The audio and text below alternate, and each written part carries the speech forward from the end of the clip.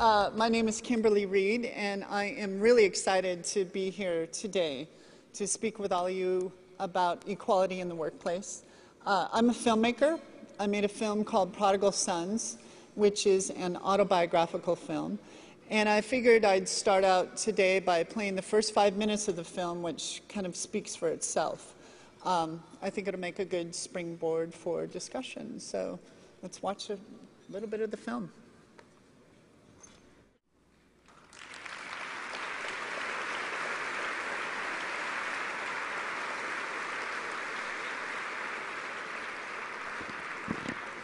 So that a little bit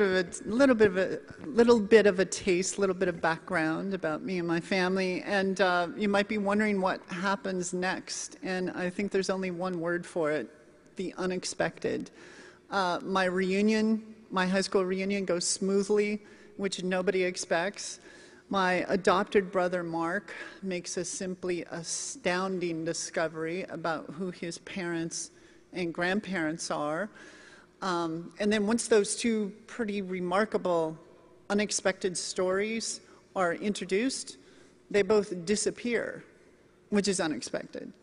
And I think the most unexpected thing, and the thing I'm here to talk about today, is that I, as a trans person, am pulled back into my past, into this history that I really want to leave behind me. It was the last place I wanted to go. But the film pulls me there. And much of the film is about me confronting my identity and making peace with my past. Now, in the clip you saw, my brother mentioned his head injury.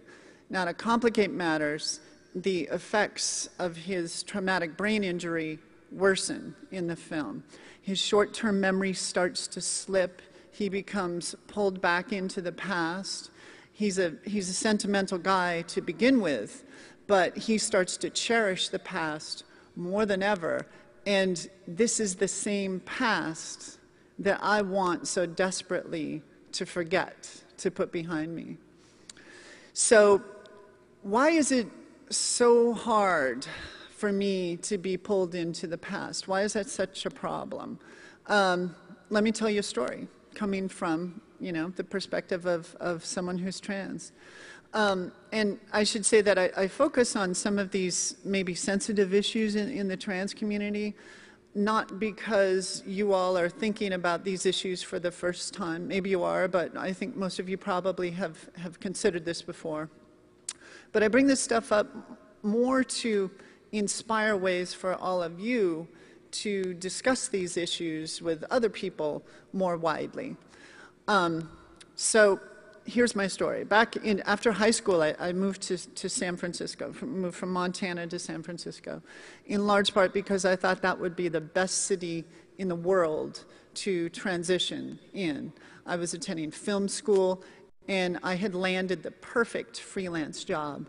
I loved writing, and I loved filmmaking, and I had this job writing about filmmaking. It was great.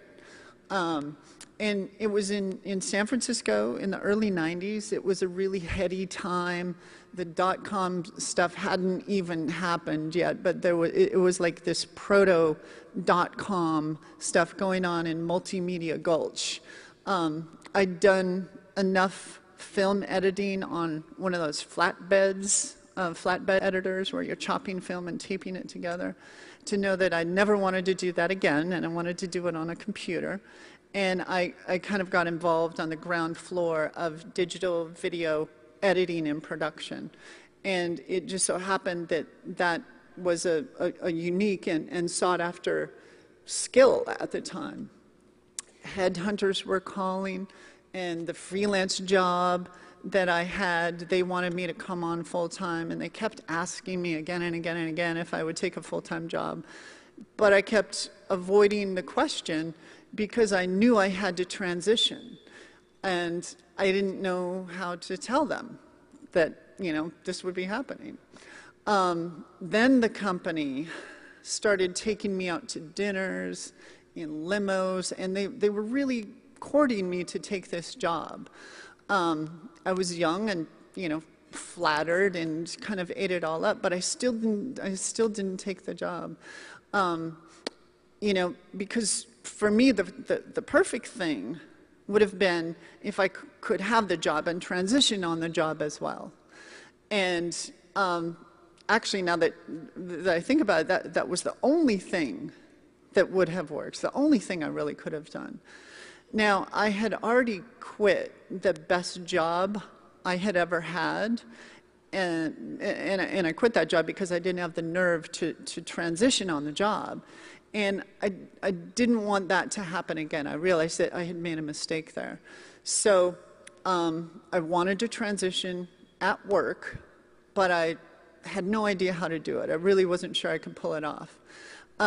There was, luckily for me, a very kind and wise guy who worked at the same place. And I took him out for lunch one day, and we were sitting on the curb on Bryant Street in San Francisco, south of Market. And he basically just gave me some really good advice, and thank God he was able to be out at work so that I could seek his counsel.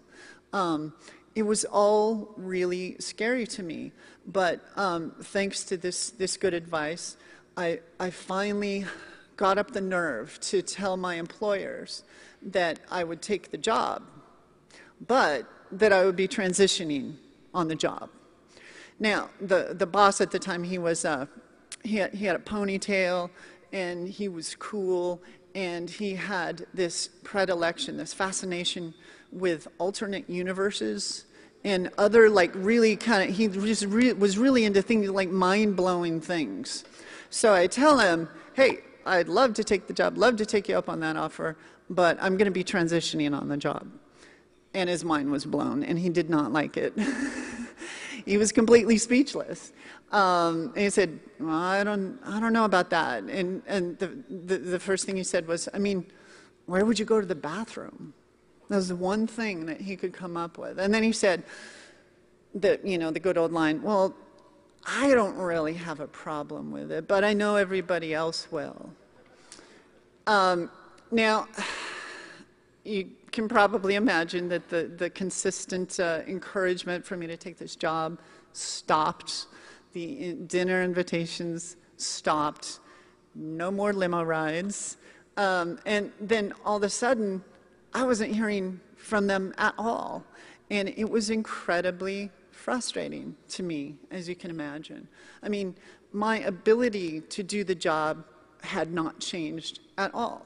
My qualifications hadn't changed at all. But all of a sudden, they no longer wanted me for the job. But I had one thing going for me, and that was that at the time, San Francisco was one of the few cities in the world that protected businesses, that kept businesses from discriminating on the basis of gender.